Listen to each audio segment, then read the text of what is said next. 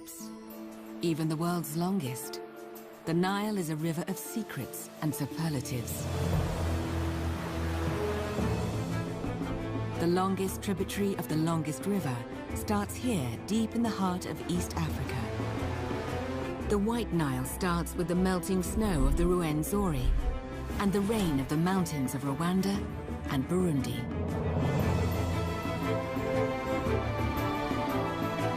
From here, the river starts an epic adventure through vast lakes, rapids, and remote swamps in wildest Africa.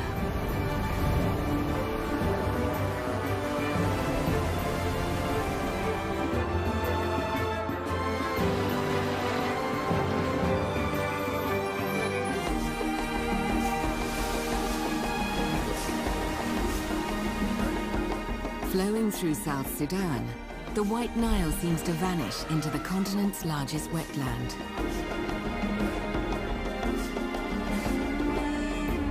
Then it joins forces with the Blue Nile, the river's largest tributary, fed from the Ethiopian highlands.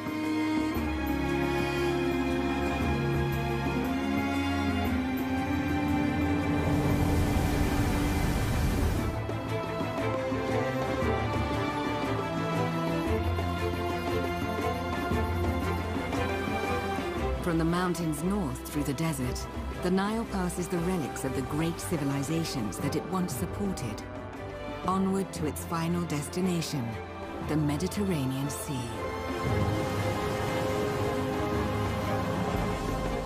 The collective drops will travel over 7,000 kilometers to reach the sea, making the Nile the ultimate river.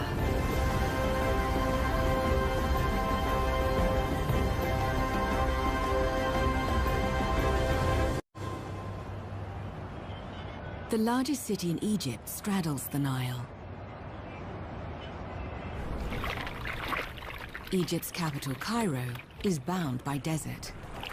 The river is the lifeblood to its 11 million residents.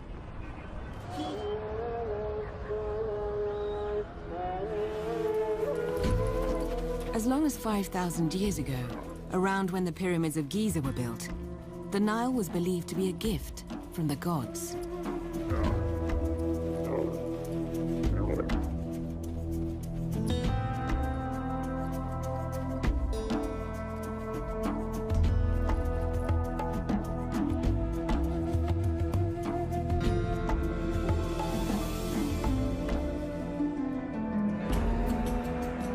The Nile Delta fans out north of Cairo, stretching 200 kilometers to the Mediterranean. The river's sources lie over 7,000 kilometers to the south in East Africa.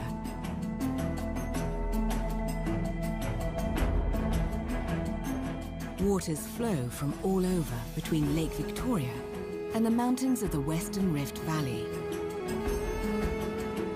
The valley is flanked by a massive range, the mysterious Ruwenzori Mountains. At over 5,000 meters, these are the highest headwaters of the Nile.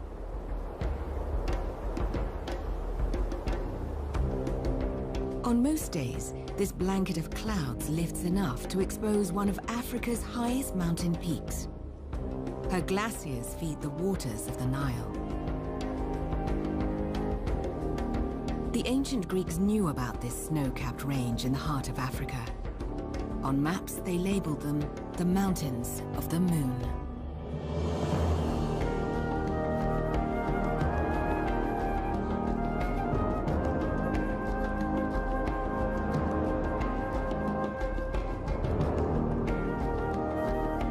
The Ruwenzori Mountains lie on the border between Uganda and the Democratic Republic of Congo. Mount Stanley guards the Nile's sources. Its highest summit, Margarita Peak, is 5,109 meters above sea level.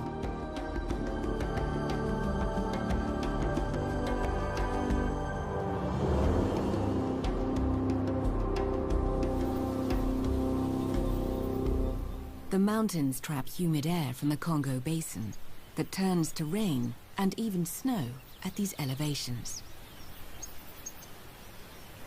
In the language of the local Batoro people, Ruwenzori means rainmaker.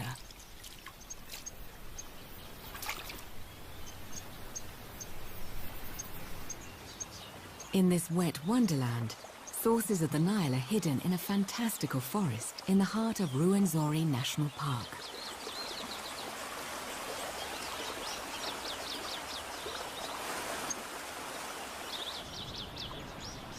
Great groundsels rise from the swampy soil. These relatives of the daisy can grow to over 6 meters. But these primeval plants are dwarfed by the even taller giant lobelia.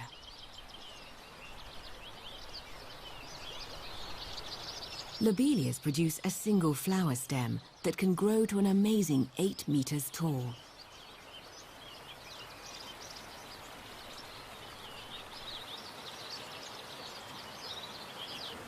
At this elevation, lobelia provide much-needed high-energy nectar.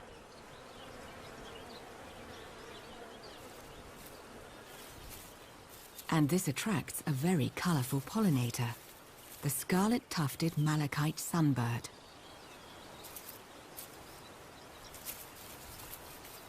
This male flashes his iridescent colors. He's territorial and will keep other males from feeding on his favorite lobelias.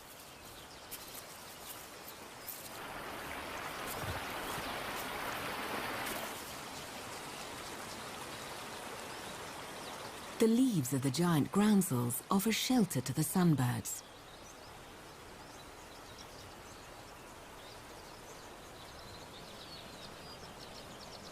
At the end of the rainy season, the females arrive from lower altitudes. It's time to get busy.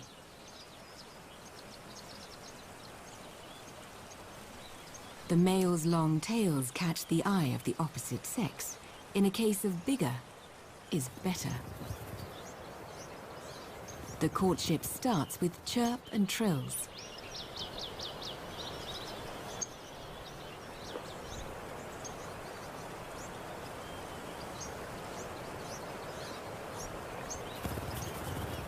Trembling and vibrating, he displays his smooth moves.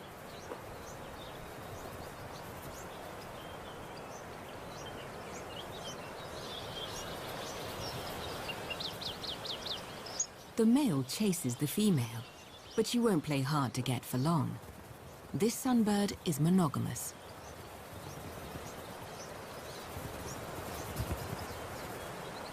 He is dressed to impress and flashes his scarlet tufts. The female gets to work building her nest just a few feet off the ground.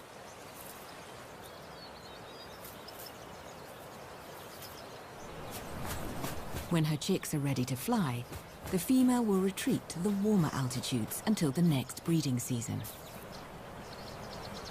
while the male will stay to defend his lobelia territory.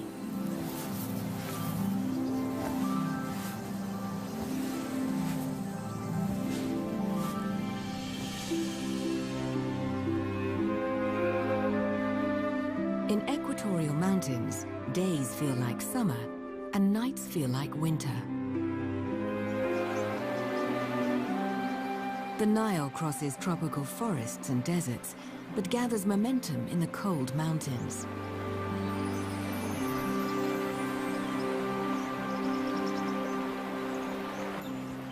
The plants here have adapted to sub-zero temperatures. The hairs on these leaves provide insulation like a winter coat.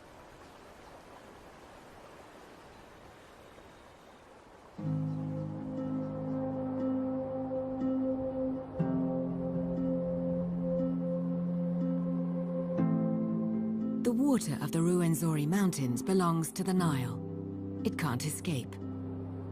Water that evaporates from the river is trapped by the mountains, raining down again to fill thousands of rivulets.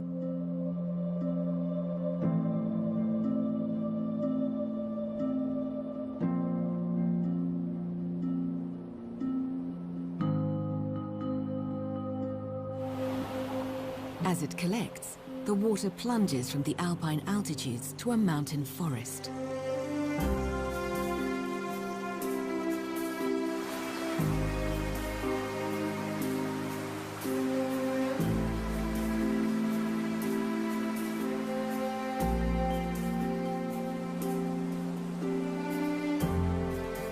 Below 4,000 meters, mountain streams flow past ferns, mosses, and gnarled trees, overgrown with lichen.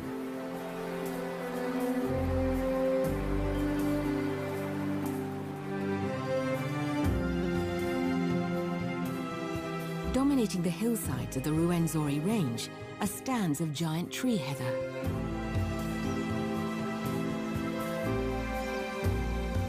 Its relatives in Europe are shrubby, but here it can grow 10 meters tall.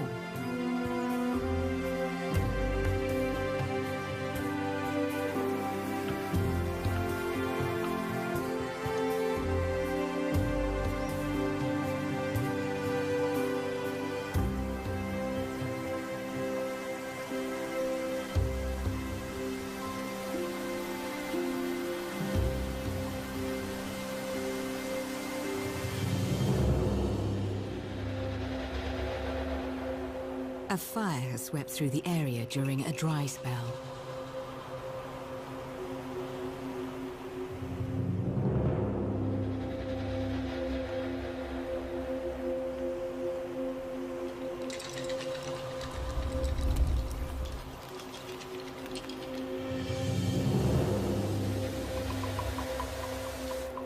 And taking advantage of the tender new sprouts, there is a rare sight: the Ruwenzori red duiker.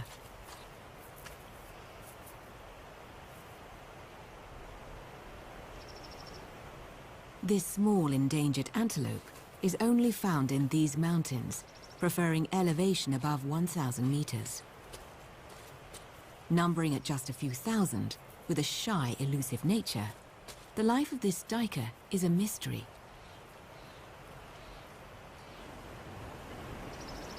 It may take years until the burned forest looks this lush again.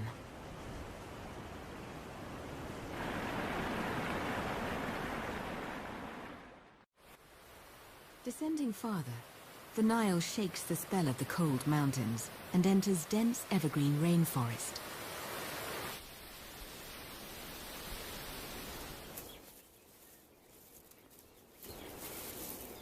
It hasn't yet achieved river status, but the water it brings is vital to an amazing array of species.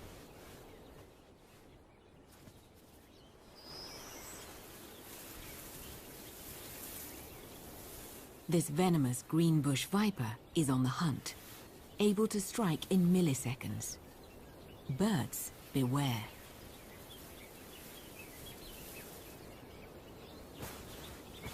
This beauty is the Ruwenzori double-collared sunbird. It's unique to the mountains of the Nile's headwaters.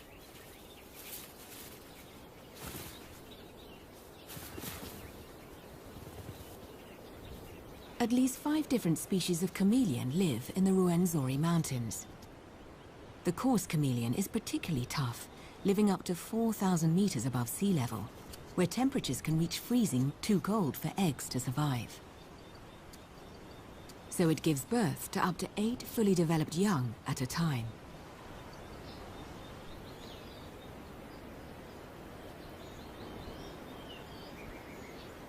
The Ruwenzori three-horned chameleon is unique to the East African mountains, where it lives above 1,000 meters.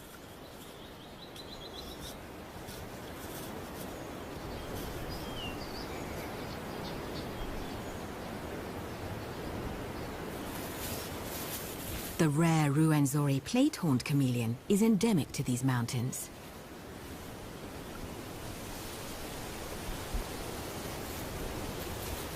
This chameleon's color mimics his surroundings, but it indicates his mood. Green means he's a calm chameleon.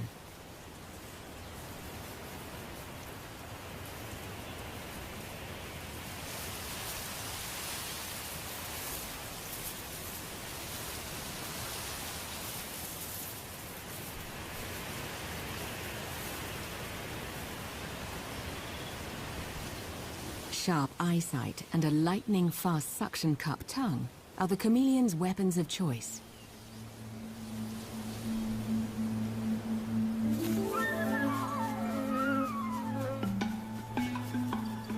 In a tenth of a second, he snatches his prey.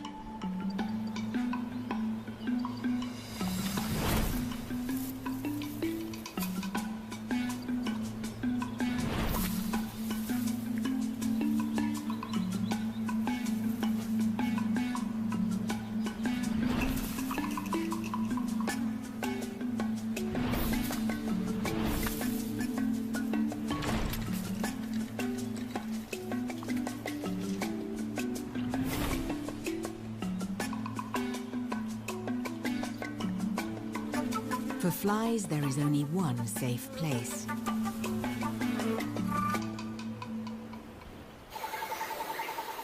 Turacos are hidden high in the rainforest canopy, but they give away their location with their purring sounds and loud calls at dawn and dusk.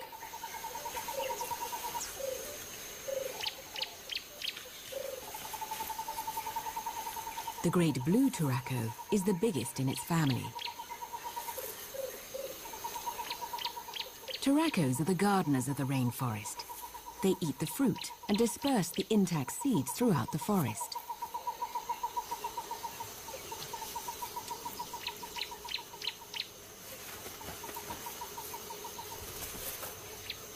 The great blue turaco is widespread in its range and lives in large groups, unlike its relative.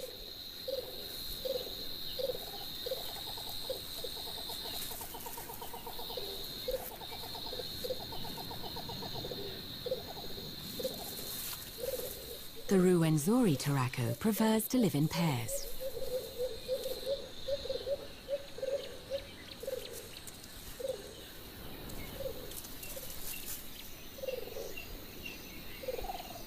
They spend their time feeding in their favorite fruit trees.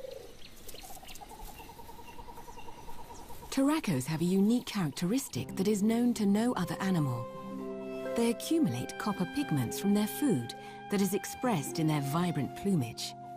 The colors tend to be more intense in birds that live in lush habitats.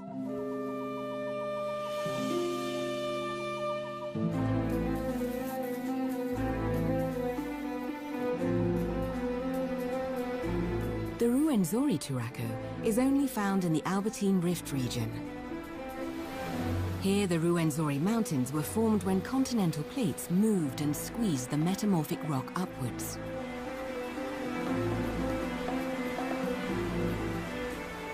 Now the water from the mountains travels down through the forests and gathers in lakes. The water from the Ruwenzoris is collected in lakes in the foothills. Lake Edward is one of the Great Lakes of the Albertine Rift Valley and part of the Queen Elizabeth National Park.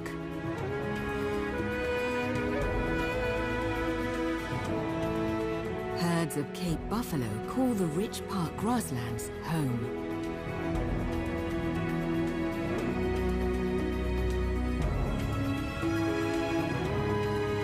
Erupting volcanoes once threatened this area. Now the hardened lava and craters form one of the most stunningly beautiful landscapes in Africa.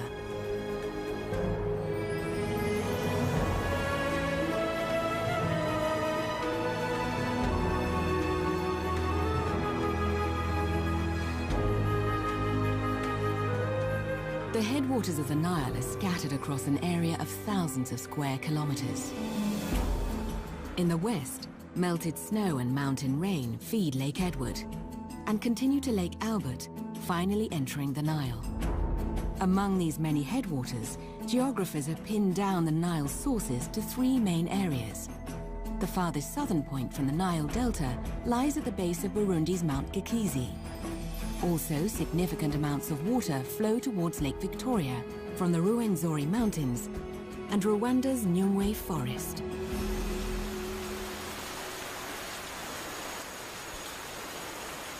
Nyungwe is a cloud forest. It rains here virtually every day.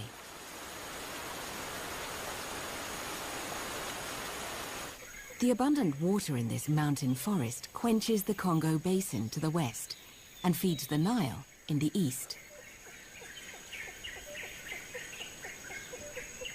And here at an elevation of over 2,900 meters is the highest point of the Nyungwe, Mount Bigugu. Water from this remote scenic mountain will meander through 4 countries towards the Mediterranean Sea, ultimately becoming the world's longest river.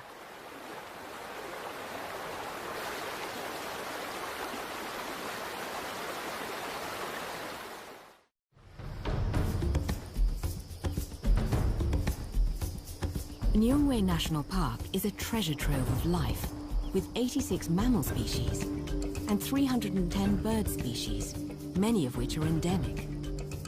A quarter of Africa's primate species are found in this forest. And at almost 1,000 square kilometers, it is the largest protected mountain rainforest in Africa. This local dance ritual, Intore, is performed by young men, symbolizing the king's chosen warriors.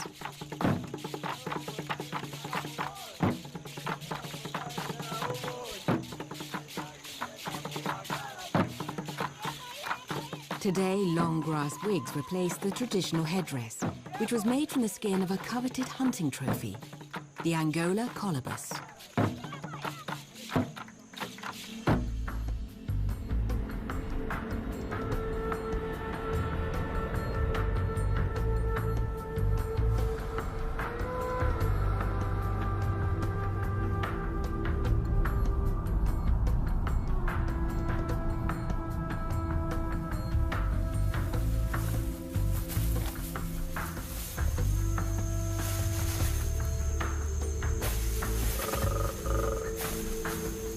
The high-flying acrobats of the Nyungwe, colobus prefer to stay in the forest canopy.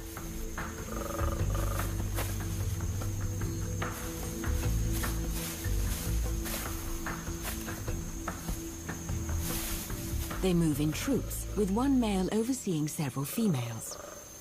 In Nyungwe National Park, these social groups can include as many as 400 animals. The babies are born with white fur, which will start changing color at 3 months. But he'll still stay with his mother for another year.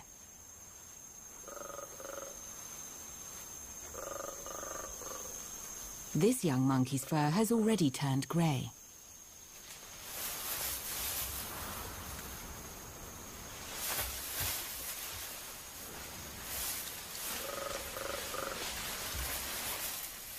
Leaves are the main course for the Angola colobus.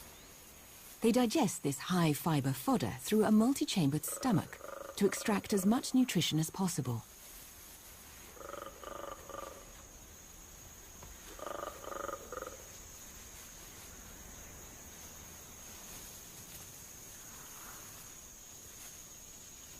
Living in a treehouse has its advantages. The forest floor crawls with a merciless army. Driver ants.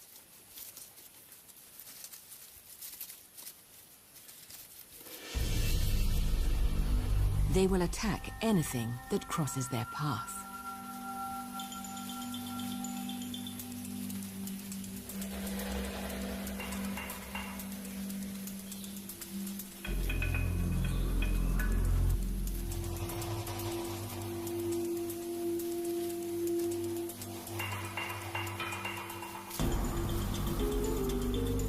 Female worker ants go to battle for food. The front line ferries the bounty back to the nest.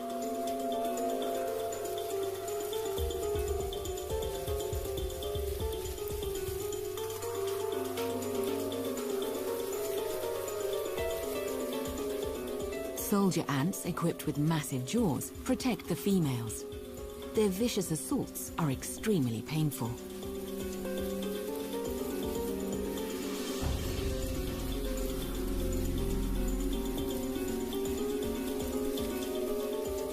Driver ants are among Africa's most important carnivores and scavengers. Their collective biomass rivals that of all the forest mammals combined. They have strength in numbers, with millions of ants participating in raids.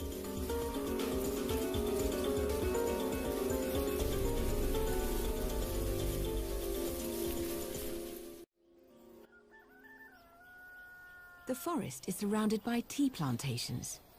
Every square meter is cultivated. Rwanda is one of the world's most densely populated countries. From above, the national park looks like a jungle island in a patchwork sea of fields.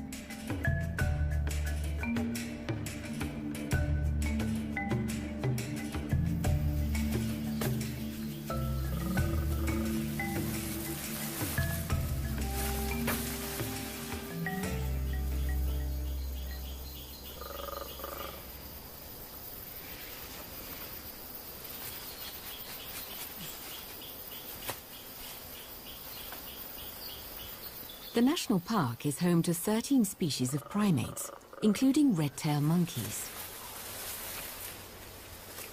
This monkey is a real character.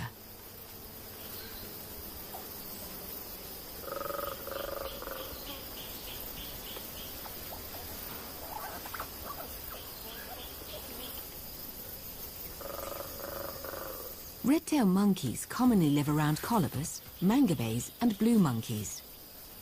This one has left his own family to embrace the company of colobus.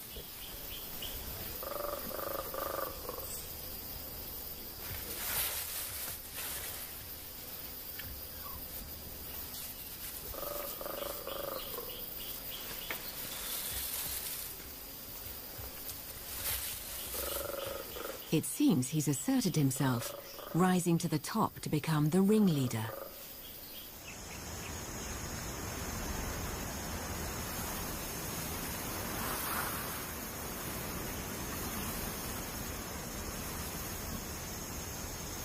The monkey gang targets some eucalyptus trees beyond the tea plantation.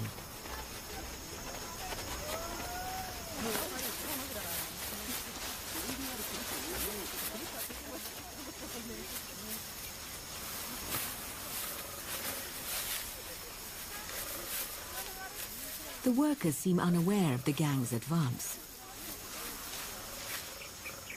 For the monkeys, this is a test of courage. The ground is not their domain.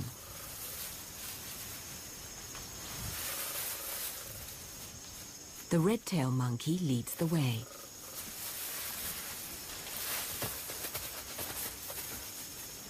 The wary colobus gang follows.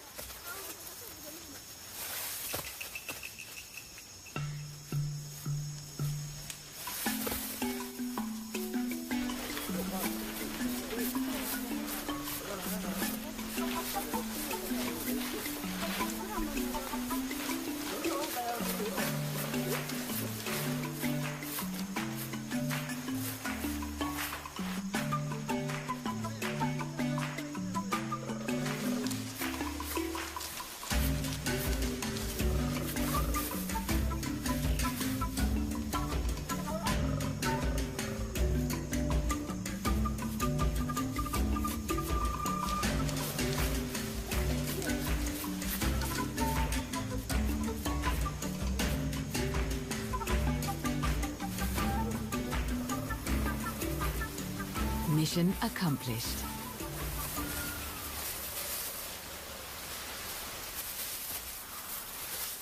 Australian eucalyptus grows fast. It's cultivated for timber all over tropical Africa. But our gang appreciates it for other reasons.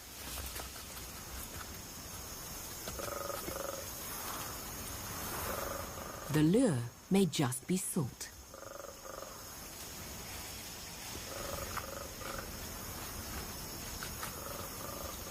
A rare sight, African monkeys in eucalyptus trees, just like koala bears.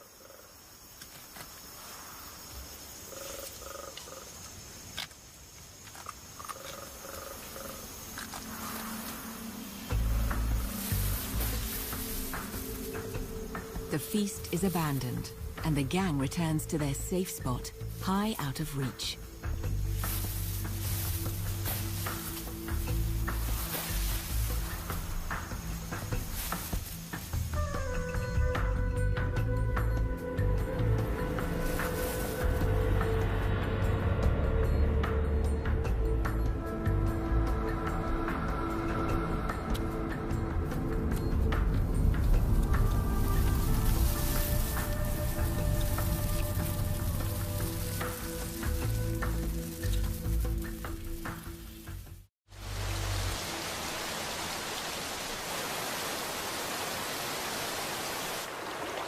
The Nile leaves Nyungwe Forest in a discreet manner, by way of little bubbling streams, dripping moss, and roaring rivers. In spite of countless detours and meanders, the growing body of water eventually leaves the Western Rift Valley and travels east.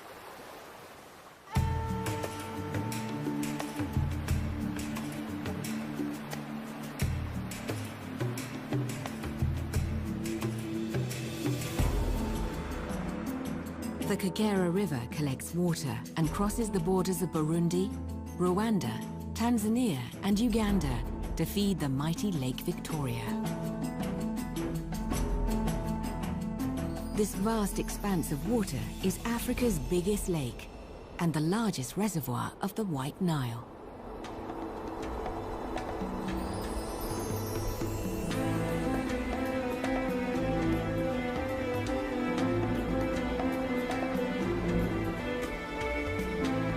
For over a century, the lake was thought to be the source of the Nile.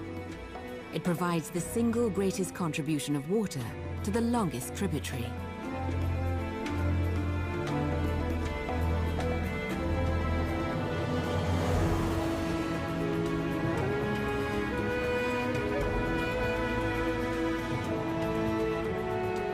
Over 30 million people depend on the water of Lake Victoria.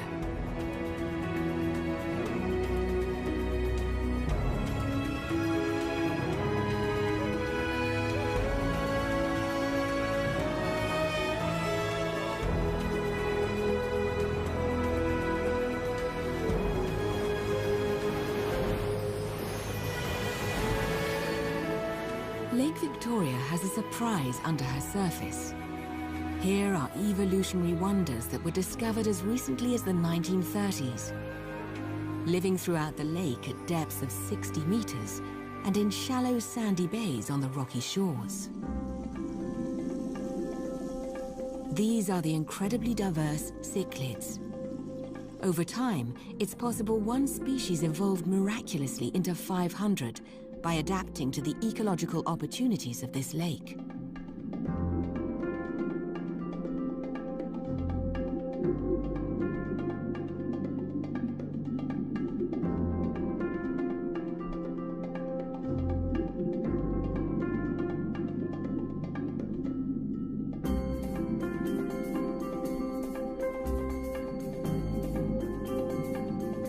The males of this species show off in bright orange, while the pale females incubate the fertilized eggs in their mouths to keep them safe. After hatching, the fry stay there for another 8 days, with short forays to test the waters. As many as 100 cichlid species in the lake may be threatened, ravaged by a voracious predator, the Nile perch. The perch was introduced to Lake Victoria in the 1950s to boost the fishing industry.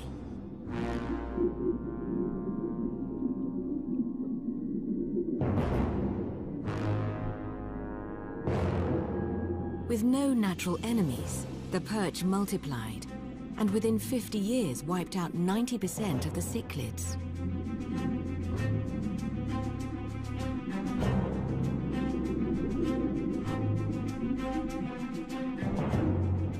When a fish intruder devours the locals of a lake the size of Ireland, it classifies as a natural catastrophe of biblical proportions.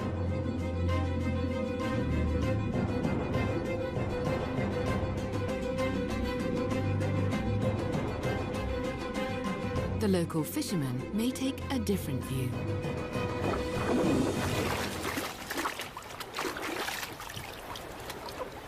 For them, cichlids are merely bait, but the Nile perch means cash in their hands. The shores of Lake Victoria are lined with fish processing plants that sell the perch to the world.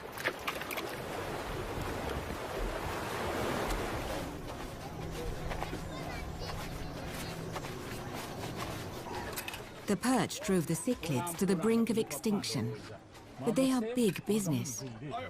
Years ago, 50-kilo specimens like this were common.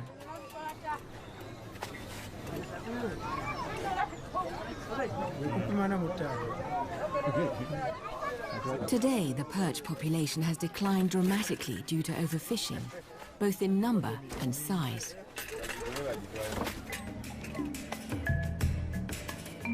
When the first Nile perch were introduced to Lake Victoria, only 8 million people lived in Uganda. Today, the population has grown to over 37 million. With population growth comes stress on the environment. The lake is polluted. Near the shores, algae multiply and then decay, depleting oxygen levels and in turn suffocating the fish. Water hyacinths imported from South America to decorate garden ponds were flushed into the lake and are now smothering blankets on the lake's surface.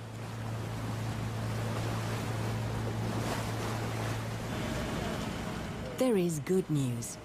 Biologists from the fisheries department cruise the lake to sample fish populations. They confirm what the fishermen have feared. The Nile perch are on the decline.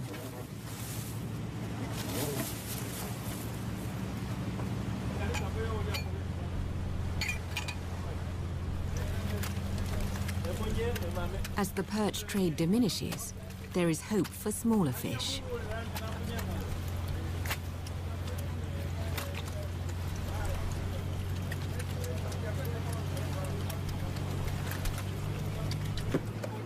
The tide has turned. The economy suffers, but some of the cichlids may survive.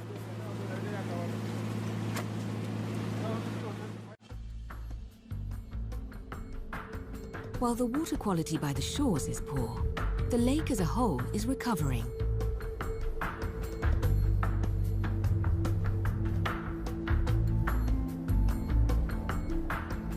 In Uganda, some of the Sesi Islands are sparsely populated, others completely uninhabited. Near the shore, there is life at all levels. The shallow water is a nursery for sprats and reptiles. Thousands of birds tend their nests, including a colony of village weavers.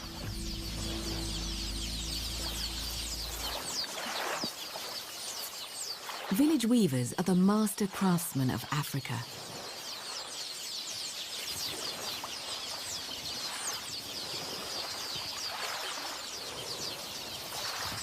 They collect the material for their architectural masterpieces from the shrubs and meadows near the shore.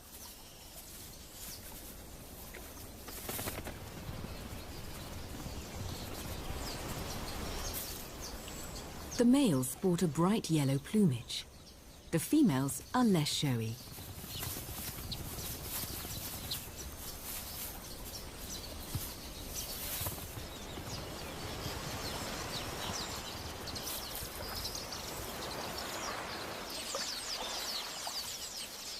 The males build their nests with purpose. They want to impress the females.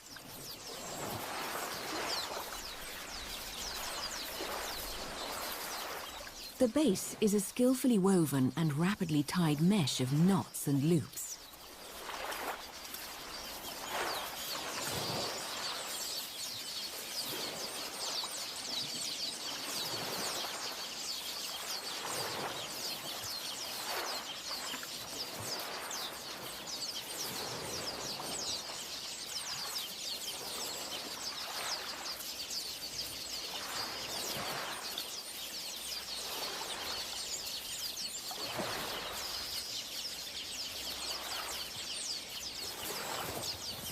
Privacy and distance from the neighbors seem to be of minor importance.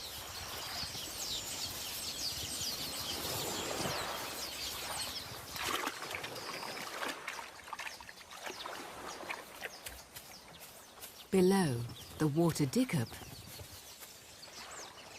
and the quaint hammercock mill about.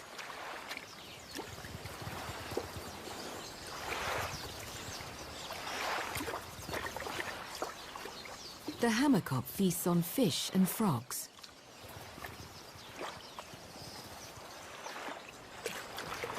The Nile monitor can grow up to a length of 2 meters.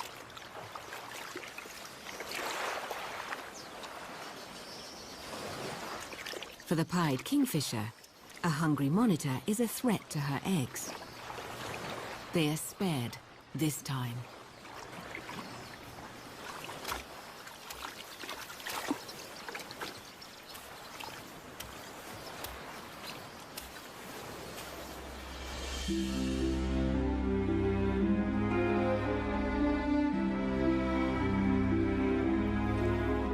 Above the lake, dark clouds are hovering like smoke from distant fires.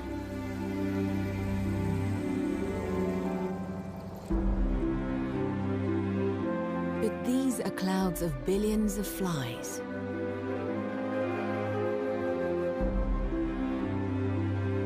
These are so-called dancing swarms. The males ascend and descend, producing a humming sound that is irresistible to the females. They mate in the air, in a spectacular orgy.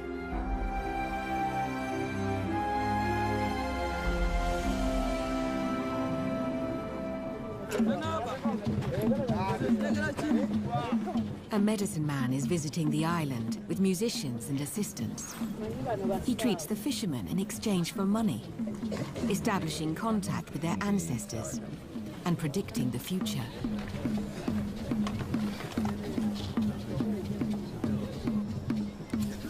Fragrance of frankincense and medicinal herbs mingle with the aroma of smoked tilapia.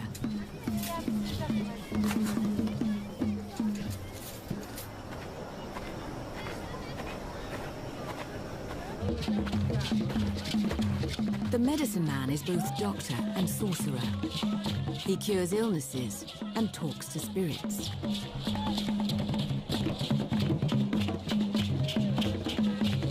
The rooster may predict the young fisherman's future. If he flies off, it signals a bad omen. If he stays put, all will be well.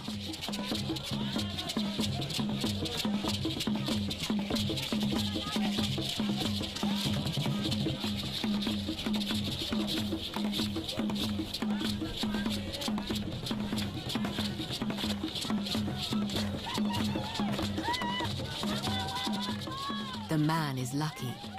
The rooster doesn't move.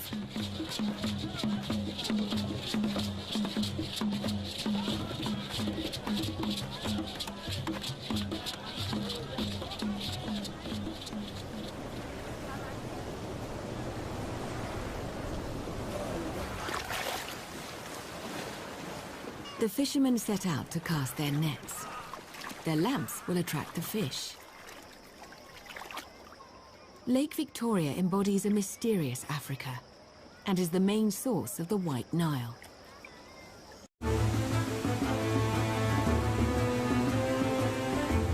Here in the north of the lake, the Nile takes shape and bursts into life, rushing over the rapids on its way to the sea.